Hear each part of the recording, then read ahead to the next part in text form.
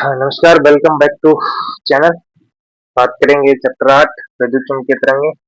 अच्छा सा छोटा सा चैप्टर है, 2 ही अंकों का है। एक तो एमसीक्यू आएगा इसमें छोटा सा और एक 1.5 नंबर का। बस बात खत्म। जल्दी जल्दी क्वेश्चन बोल रहा हूँ, आंसर लगाते जाओ, सुनते जाओ। मुक्त विस्थापन की विद्युतशीलता, चुंबकशीलता, निर्वात की प्रकाश में वेग में क्या सही संबंध है? ये आपने पढ़ रखा होगा। सी बराबर 1/√ऑफ म्यू नॉट एप्सिलॉन नॉट, दोनों पक्षों का वर्ग कर दो, C square equal mu naught epsilon naught आ जाएगा। Option number B. अधिकतम आवृत्ति की विद्युत चुम्बकीय तरंग कौन सी है? गामा किरण। कौन सी है? Gamma ray. ठीक है। फिर है 100 मिली हर्ट्ज की एक समतल विद्युत चुम्बकीय तरंग निर्वात में एक्स अक्ष की दिशा में गतिमान अधिक काल में इस बिंदु पर विद्युत क्षेत्र ये है, तो इस बिंदु पर बी का मान क्या होगा? तो आपने एक रिलेशन पढ़ा हुआ होगा, जो आपका बी ही अपॉन ई का कुछ रेशियो था, आपको याद हो तो वो आपसे पूछ रखा है। वो फॉर्मूला अगर आपको आता है तो आप इसको आसानी से कर सकते हैं। चुंबकीय क्षेत्र और विद्युत क्षेत्र में संबंध था, तो उसके अकॉर्डिंग आप इसको कर सकते हैं। तरंग दे रखी है आपको, इसका आंसर जो आएगा वही आएगा, टेस्ला। टेस्ला में आएगा, यानी तीनों एक दूसरे के लंबवत होते हैं ना। हाँ, तो के ये आपके जे कैप में है, ये आपके एक्स एक्स में है, तो एक्स वाई और जेड तीनों एक्सिस आएगा। तीनों एक दूसरे के लंबवत होते हैं। फिर है ई व तथा बी। विद्युत चुम्बकीय तरंगों के क्रमश विद्युत सदिश चुम्बकीय सदिश हो, तब विद्युत चुम्बकीय तरंग संचरण की दिशा के अनुदिश क्या होगा? ई क्रॉस बी। ई क्रॉस बी वैल्यू होती है। तो तरंग सदिश जो है, तरंग सदिश, उसकी वैल्यू जो होती है वो ई क्रॉस बी होती है। तो इसके अकॉर्डिंग वहां से वैल्यू निकल जाएगी, दोनों को मल्टीप्लाई करिए। जैसे विद्युत चुम्बकीय तरंग के विद्युत और चुम्बकीय वेग होते हैं, यानी इसके अंदर जो फॉर्मूला लगेगा वो ई क्रॉस बी लगेगा।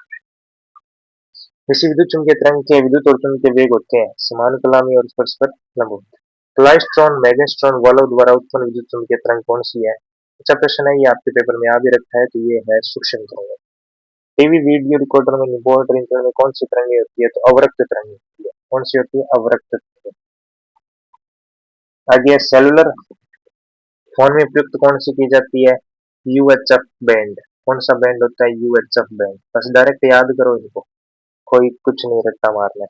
विद्युत चुम्बकीय तरंगे किसके द्वारा विक्षेपित होती है? विद्युत क्षेत्र और चुम्बकीय क्षेत्र दोनों से होती है। माइक्रोवेव ओवन का प्रयोग किया जाता है, किसके लिए किया जाता है? जल युक्त पदार्थ का ताप बढ़ाने के लिए। जल युक्त पदार्थ का ताप बढ़ाने के लिए। यानी माइक्रो ओवन जो होता है ना, वो सिर्फ केवल उन्हीं को गर्म कर सकता है जिनमें वाटर होता है, जिनमें वाटर मॉलिक्यूल्स है। वाटर मॉलिक्यूल्स प्रेजेंट होंगे, उसी मटेरियल को वो क्या करेगा? हीट करेगा।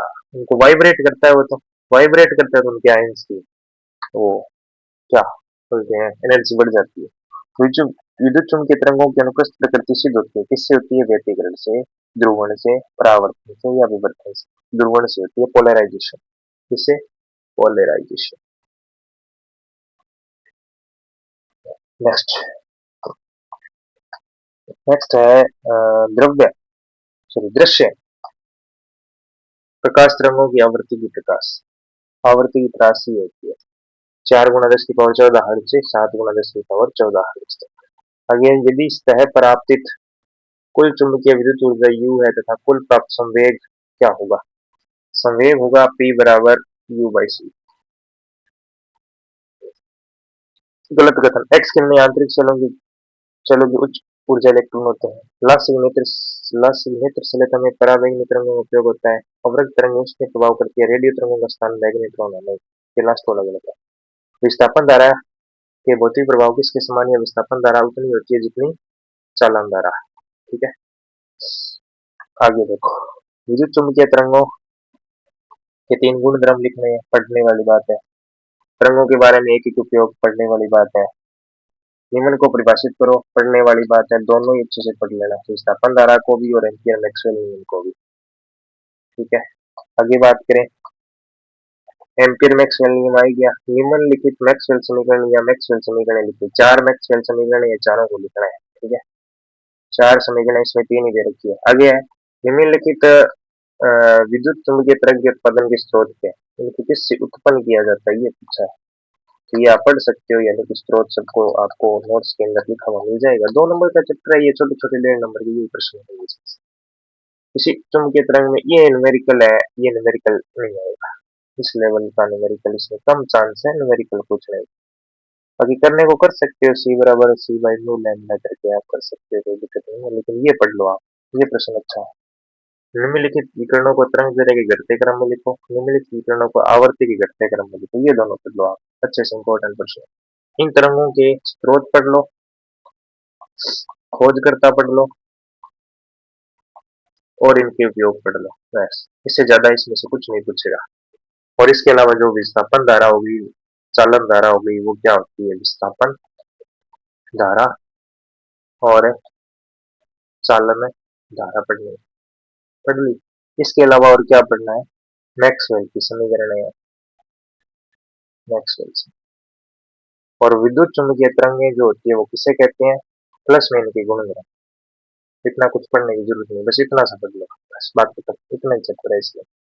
ये देखो सी बराबर ई नोट बी नोट होता है, ये संबंध भी पढ़ लेना, सी प्रकाश की चाल, सी बराबर, ये तो पता ही है, ई नोट बाई बी होता है, कोई दिक्कत नहीं है। भाषण में होंगे बाकी अपने नेक्स्ट। धन्यवाद।